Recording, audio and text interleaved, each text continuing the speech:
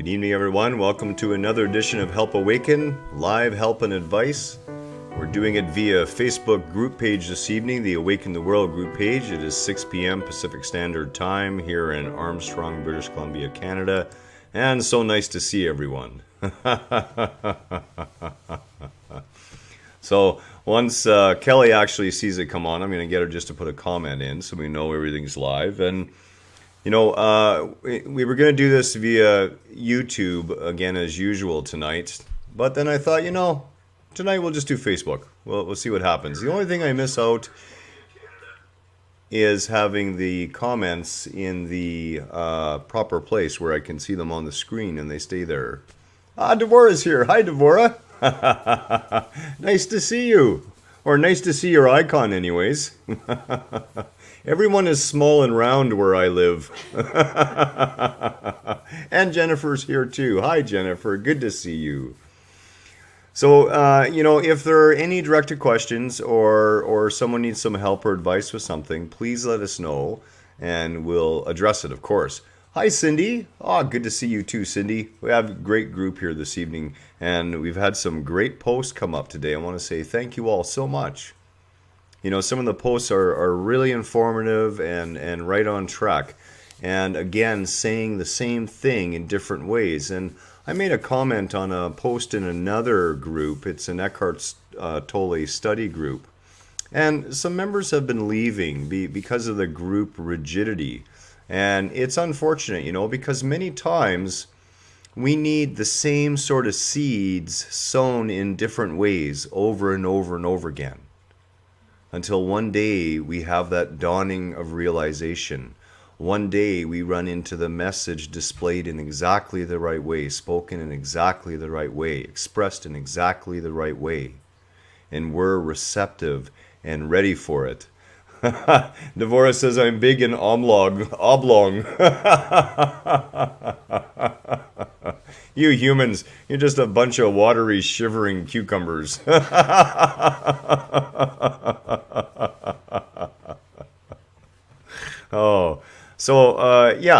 That's really the reality of it. And we're going to start with a little discussion on thought. And this is what it really comes down to. No matter what your life has been like up until this very moment, no matter how bad you perceive you've been, no matter how troublesome things have been, no matter how not the way it should be or unfair it's been, you have an opportunity from this very moment forward. Cynthia the cucumbers, exactly, eh? Full of fear most times. That's why it's shivering. So, in this moment, right now, you have the opportunity to become who you choose to be. And many people say, well, I don't even know what I want to be. And that part of it isn't what we're talking about, because that part comes out of its own natural fulfillment. And I'm going to keep grinding on this with people until people begin to pick it up.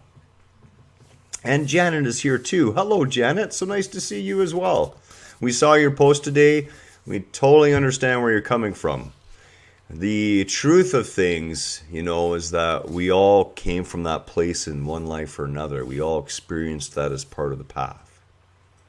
And as frustrating as it can be a lot of the times when we're dealing with our overly religious brothers and sisters, it's a journey.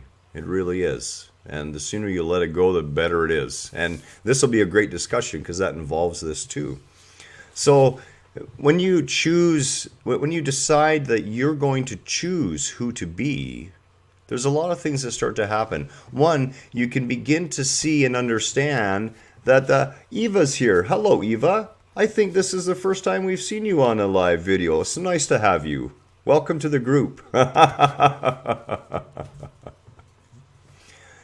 When we decide that we're going to choose who we're going to be, okay, this is where the magic can begin.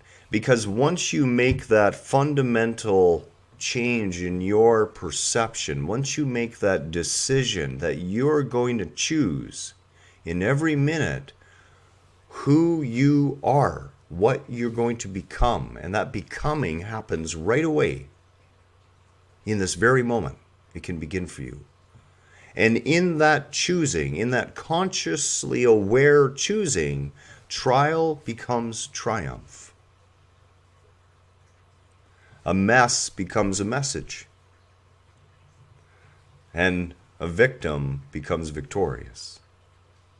And this is really the point and the place that I want everyone to be able to come to. And the reason we have to deal with mind is to understand and be able to move beyond mind one day.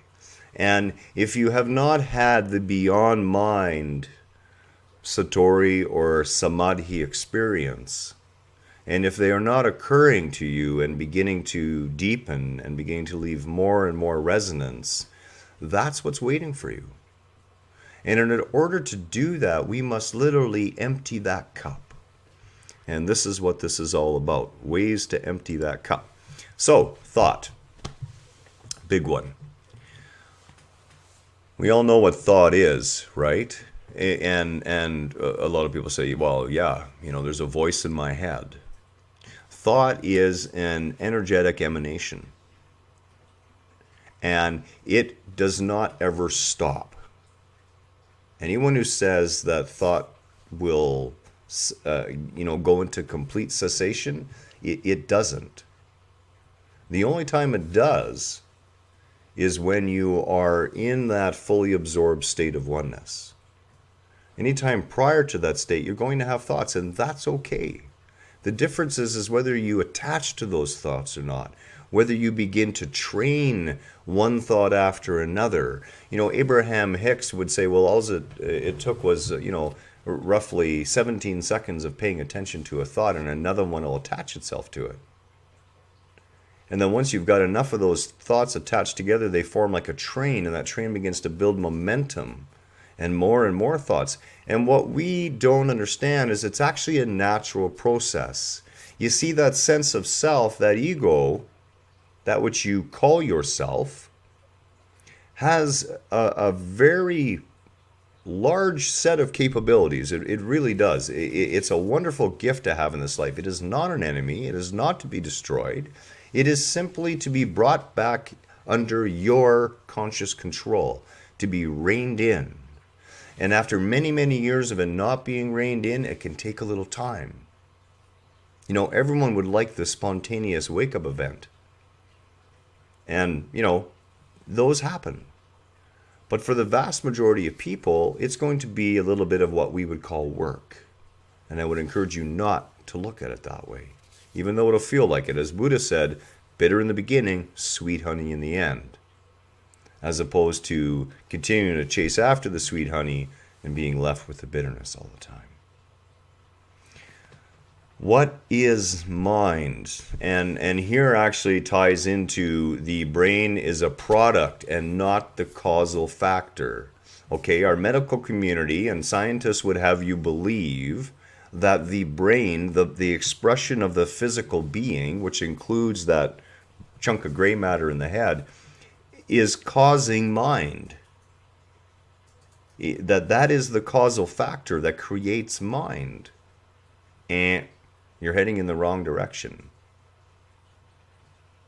It is consciousness that is manifesting this form.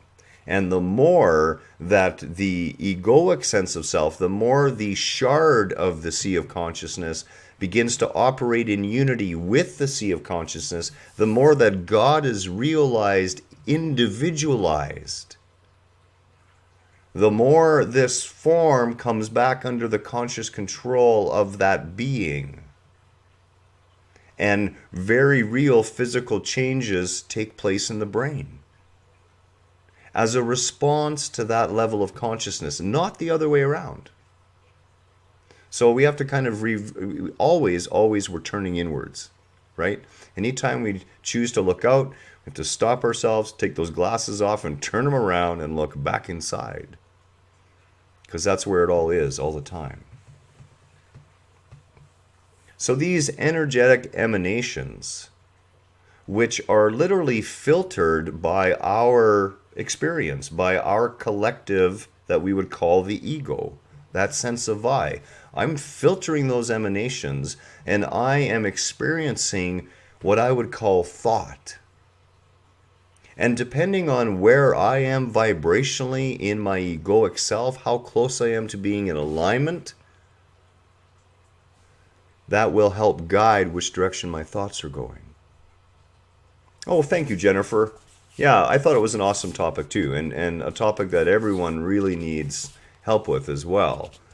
And Janet as well. I hope I didn't miss you. Oh, you're still here. I saw your hello. Oh, there was your handshake or hand wave. Sorry. This is the one thing I have trouble with on the Facebook ones. I have to look off to the side, and then I feel like I'm not making eye contact with you guys. So please forgive me if I miss you. It's kind of supposed to be Kelly's job to catch those and make sure she lets people know we're happy to have them and we're glad you're here. We really are.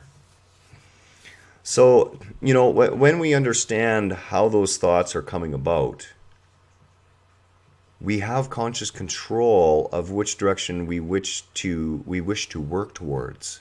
And at first, yes, you're going to have intrusive thoughts that you may not want. That's okay.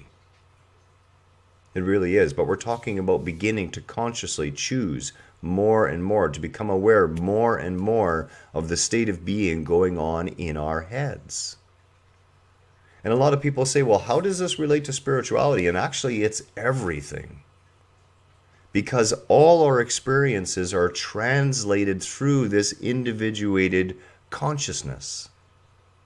Oh, I'll try not to put you asleep then, Janet. Especially since you're driving. Have a very safe drive. A really safe drive. And I see my screen has turned to help and advice. Oh, well. Yeah, apparently the guy up top there took the H with him. So, you know, our thoughts equal perceptions and equal reality as we see it. And that's as simple as it is.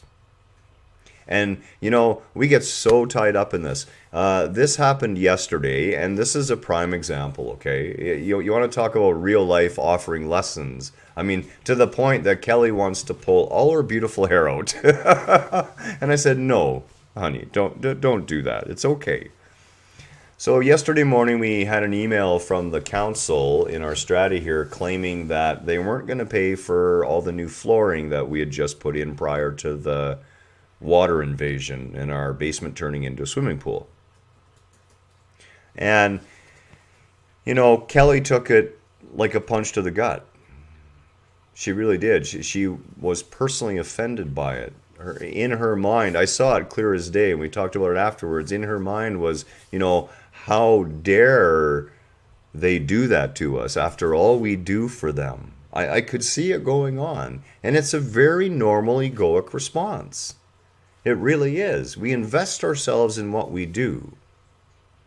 And even though we may claim to not want recognition, you know, we're always hoping in the back of our minds that someone notices.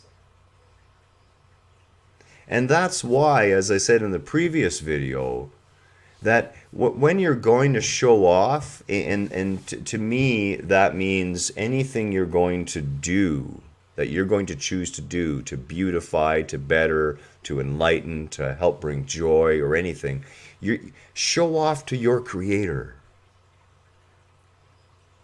Not as some frightened child, but as a powerful spiritual being looking upon the grander version of itself and saying, I see you, I am you, and I am this expression of you.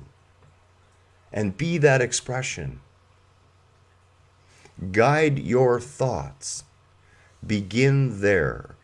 See when your thoughts are not in alignment with the truth of who you are, and it's very easy to tell.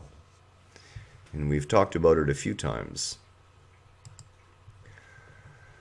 We're going to talk about letting go, and this is a big part, and then we're going to come back to the emptying the cup routine towards the end of this. And the letting go is probably the biggest issue that I see. Doesn't matter who you are.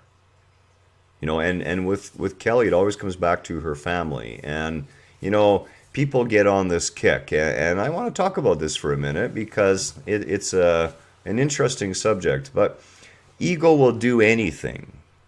So this evening, Kelly comes up with, well, maybe it's just a woman thing, like that maternal instinct. And that's why I, feel this way. And I explained to her, I said, honey, I'll tell you what. Here's what love really means. Love means letting go. Love means letting go 100%. And don't mistake when I say this. Look past it. But true love means stopping caring about what another chooses to think or do. True love accepts all of that. If the person chooses to stay away from you for a decade because that's the state of consciousness they're in, true love says that's okay. I'm here for you and I will always love you. And I hold no judgment on you for your decisions. Now, let's be clear. That true love, that letting go, has nothing to do with taking on abusive situations or living in a harmful way or anything else like that. In truly loving someone, we don't have to be present with them. They don't necessarily have to be in our lives on a regular basis or at all. We're all under the impression, and this is an egoic thing that happens, okay, because we get used to things. We form neural pathways over time. The consciousness, returning over and over again to the same subject, begins to form in the brain a physical manifestation, a neural pathway. And we get very used to that on a physical level. It's almost sort of an addiction. And then, even though the universe is trying to ease that other person out of our lives to make space in our lives for the growth that we wish, we hang on and we struggle. And we don't let go. And a lot of times we don't let go and we call it love. Real love lets go completely. Ceasing thought. Emptying the cup, dropping all knowledge. This is where it begins. And it sounds like a lot of Zen sayings, It's like, okay, well, ceasing thought. Well, you already said that thought cannot cease. And when I say ceasing thought here, I'm really talking about choosing to cease thinking without awareness. To work on becoming more and more aware of what goes through your mind. Looking at it and changing the direction of it if it doesn't suit, if it doesn't fit you. And one of the best and greatest tools that we've talked about over and over again is the truth in the fact that any single thing that generates a negative emotion, feeling within yourself that you're thinking is a lie. Kelly says it took a truck running over me for her to let go. She's still trying to hold on to a chain dangling out of the back end. That's right. If you can't, as Devorah says, if you're not comfortable being in the presence of certain people, one can choose to no longer be with them. Absolutely. And, most times what we do, unfortunately, is we blame those other people for that choice. We say, well, I'm choosing this because of the way you behave. And that's not the truth of it, of course. The truth of it is we're choosing it for ourselves.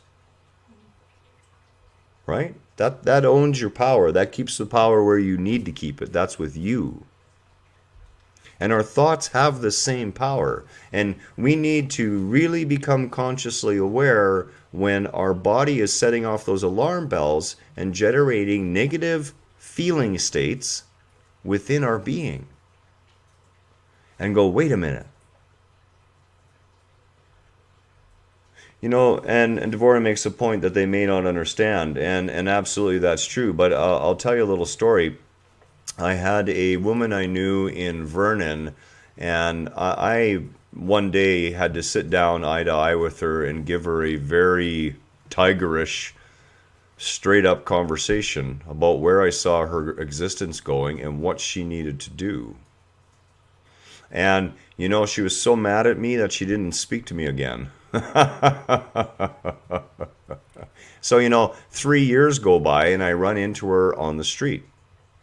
And the first thing she does to me is give me a hug and say to me, when you did that, when you said that to me, I hated your guts.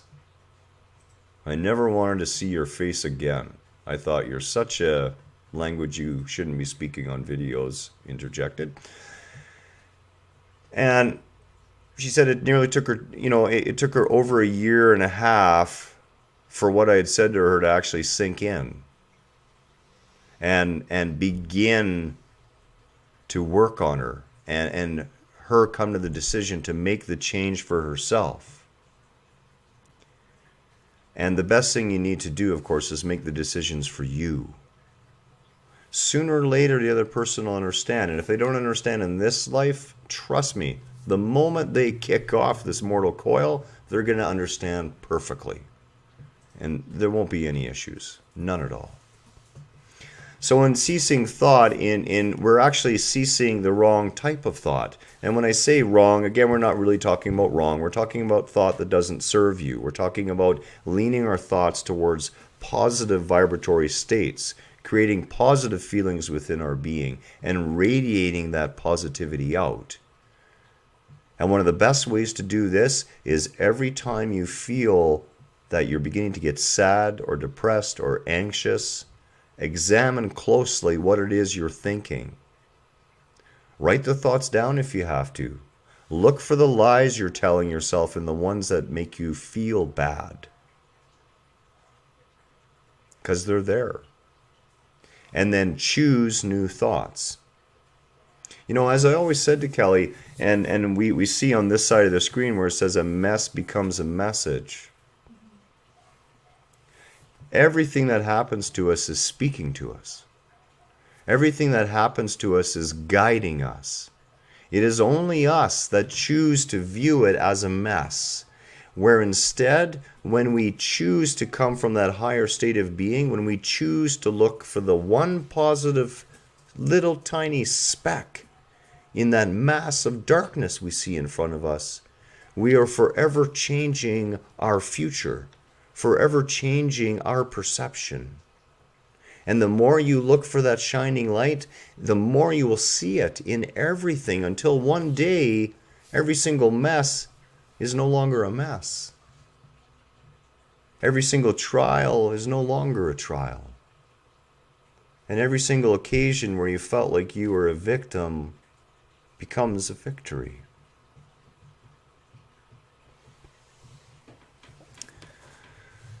Dropping all knowledge.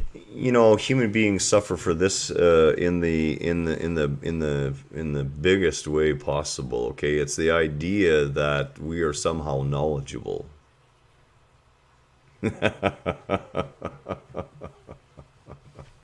And as I always say, that sea of consciousness, God, she has an amazing sense of humor. I am constantly bedazzled and in awe at the depth of her humor. So here's the deal when it comes to knowledge, okay? Knowledge, it's all mind stuff. Knowledge is all thought. It's all interpretation of reality. It's all interpretation of truth. When you have that samadhi experience, when you have that moment of utter oneness where you no longer exist and there is just the all, you will understand that knowledge has been dropped.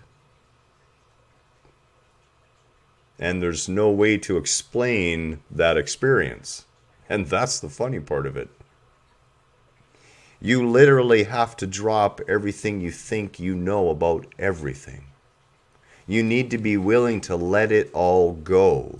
You have to, exactly as Cindy says, I have enough knowledge to know I know nothing.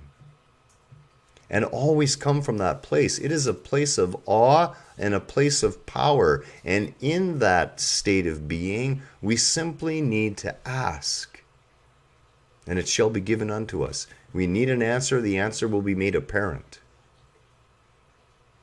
The eyes that look full of knowledge, full of knowing what to do all the time, full of different thoughts about which way to accomplish it, this, that, and the other, it's not necessary. The whole of creation is at your fingertips. And that's why, if you were to ask God directly, well, how did you create this? It would take God 13.8 billion years to talk it out. God wouldn't do that. God would say, well, I just did. I just did. And again, here's another one of these joyful, funny moments in that sea of consciousness, okay? But in truly becoming a human being, we become a very active human doing. But when we stay in human doing and never experience human being, we're always a sleeping human doing. Yea, for eternity. The knower. Yeah, there's the experiencer. And it is that experiencer that we are looking for, that which is the wisdom. You see, knowledge is always superficial. We can talk all we want about a river, but until I take you to the river and place your hand in the river, you will never know or experience the river. And here's the beautiful thing about experience. Experience cannot be locked down. Experience is totally individual. It's built into the system. Your experience of reality is a one of a kind. The way you choose to think is a one of a kind way to think. Watch your thoughts. See the thoughts that cause negativity to be as a body reaction in you. And it's that intelligent system of your body saying, hold on a minute, your thoughts are in the wrong direction. Get your thoughts back on positive things. Get your thoughts back on cosmic truth, the truth of your being.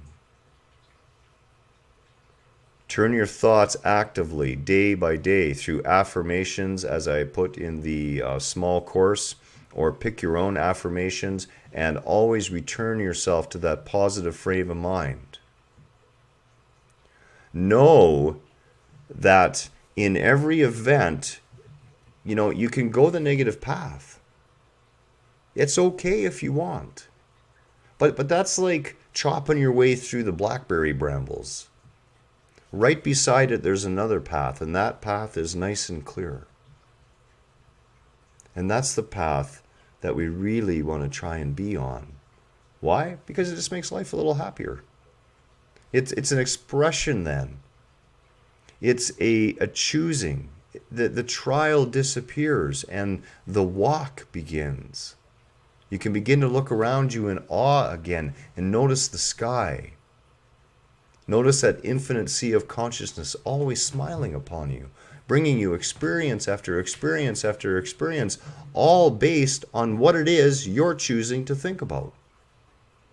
You're manifesting this existence from top to bottom. And wherever you are today, it's 100% okay. You can go ahead and manifest a new version of it at any time. And the more you are committed to it, the faster you will see the physical remnants starting to appear in this world. Emptying the cup truly means letting go of all the things that do not serve us, and we must apply that to the mind as well. There's a lot of things that we need to empty out of ourselves. And the reason we're trying to do that is we're looking to be born again. You see, the first time you were born here, you had an empty cup. You came in with a thirst and a desire to fill that cup. It was built into you. Now comes a new stage of your existence. And in this stage of your existence, you literally need to be reborn. And in order to do that, you need to empty that cup out. And when you do that, you will again see the world through the eyes of pure innocence, the eyes of awe, the eyes that see the connectivity between all things. And it all begins with dealing what's going on in here, with not accepting your thoughts as reality, but understand that your thoughts are manifesting reality for you. And take back that control again. We must die in every moment, and this is one of the hardest things that people have to grasp, okay? And, understand this, that life is really practice for dying. And that dying isn't the day the body discorporates. That dying happens in every moment. Die to every moment. Live fully in the moment, that entire lifetime, and then die to it. What does that truly mean? It means that the past is the past.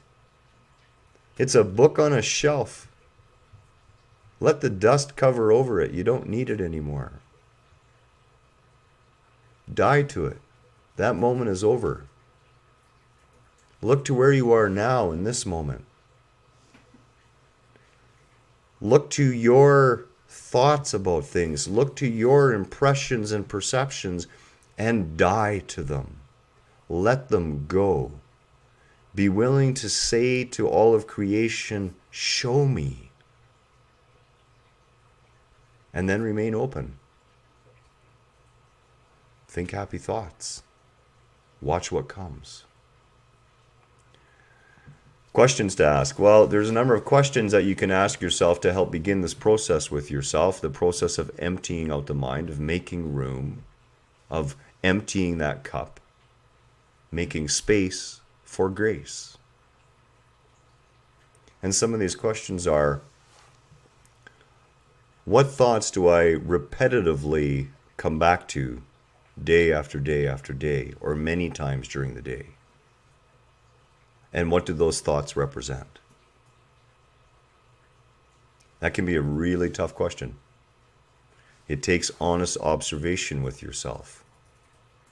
And I can't put this in any other way, and I have to be crystal clear. You've had X number of years of unconscious thought, where you thought that all those thoughts were yours, and that one way or another they were coming out of you through your will, and that's not the case. Try to stop them. They'll come up all by themselves. You have no control over them. What you have the ability to do, though, is to keep yourself open and receptive, and in that, the thought noise begins to fade off into the background. They're no longer at the front of your view screen. They're no longer blocking your view.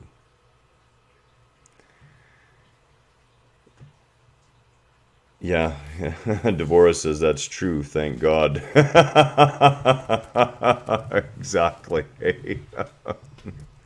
And another question to ask yourself, and this is another real kicker, and it's, again, this is another one of those questions that if you can deal with this question, you can probably empty 50% of that chatter out of your head. And that is why is caring about what other person's opinions of you or what you have to say or what you choose valuable? Why is it valuable to be more concerned about what someone else may think and what someone else may judge than it is to be concerned about what you think and what you choose? Because I see this, especially in women, all the time.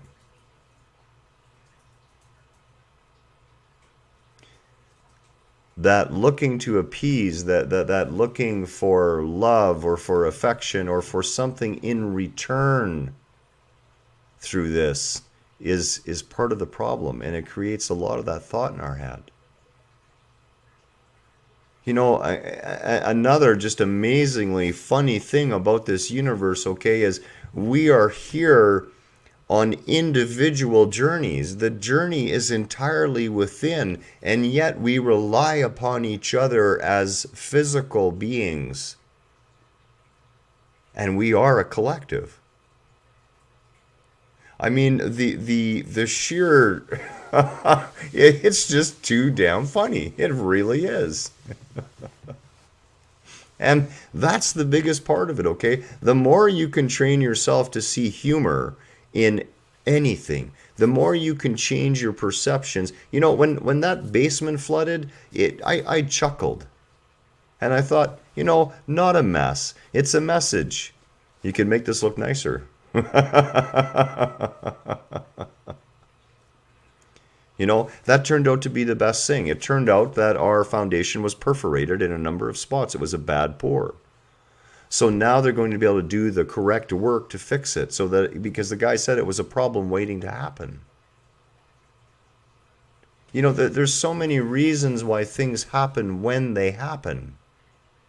And we, in our little selves, in our narrow viewpoints, we look at that and we go, well, that's bad.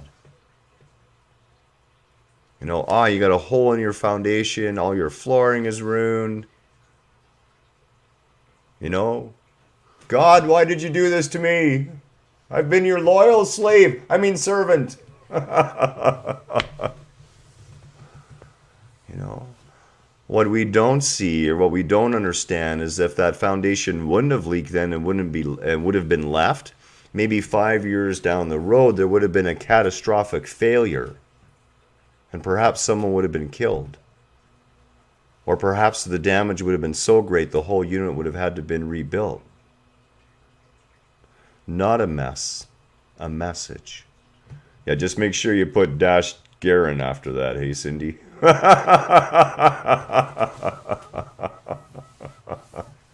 Like I care. You know, learn to understand that your thoughts are limited to the level of consciousness you're at.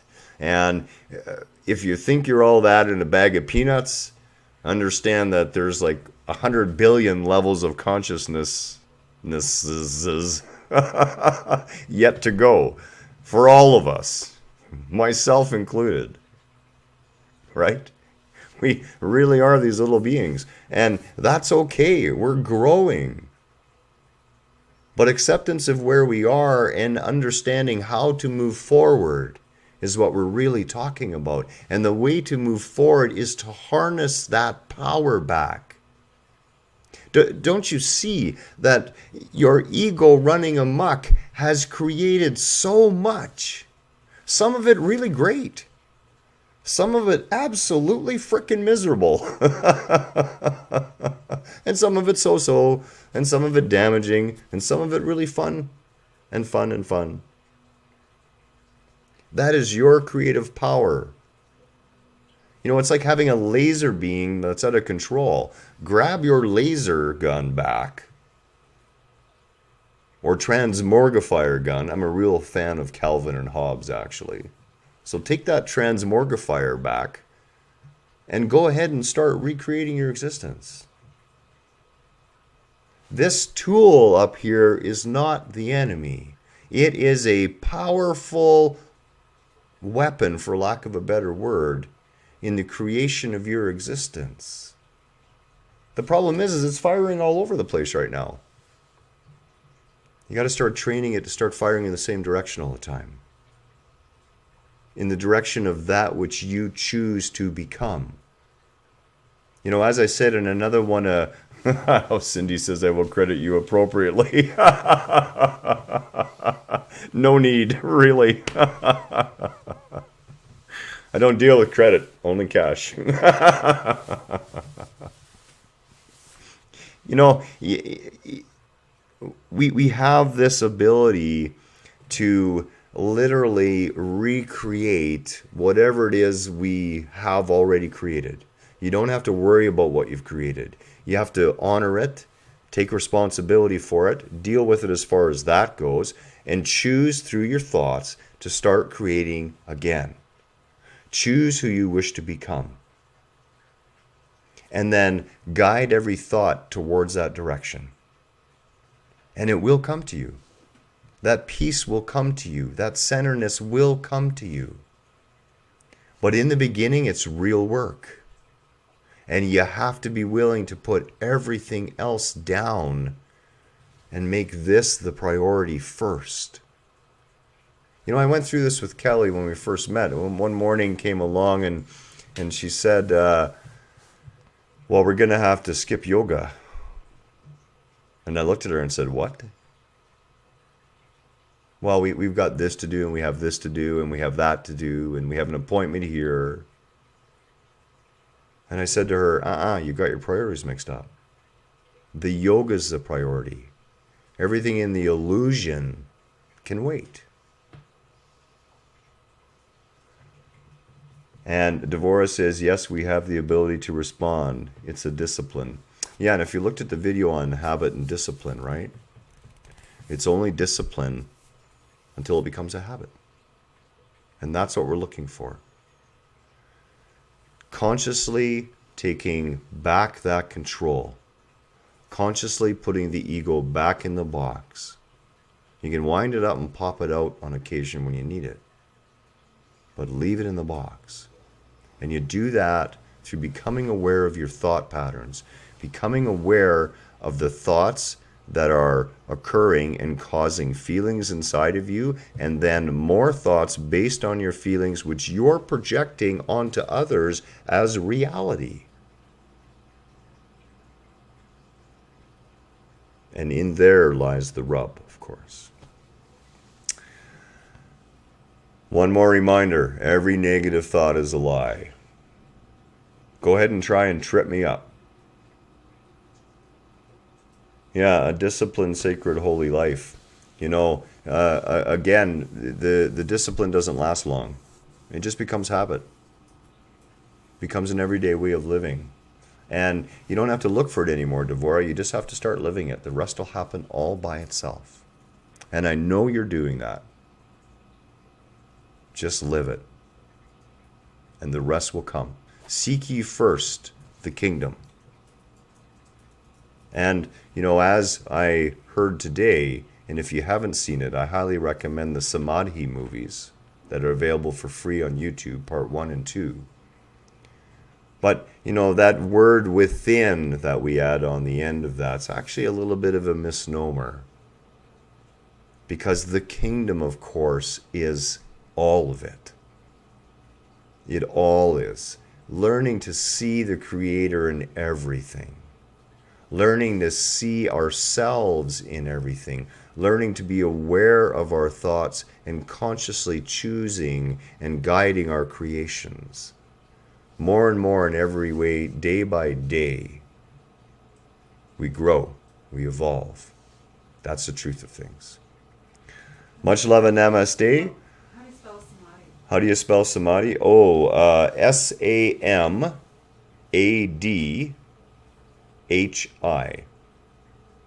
Absolutely fantastic. Each one's long, and you won't even notice it. They're that good.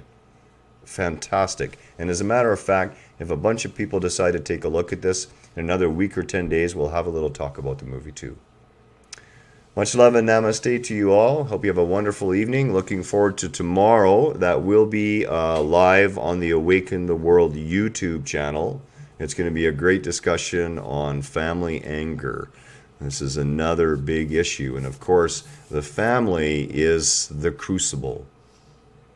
It can be used. It can be used positively, you know. And again, not all families are in negative states, and those states can move from positive to negative and back and forth. But we're going to talk about why it happens a lot within families. Have a wonderful night. Look forward to seeing you all tomorrow. Take care.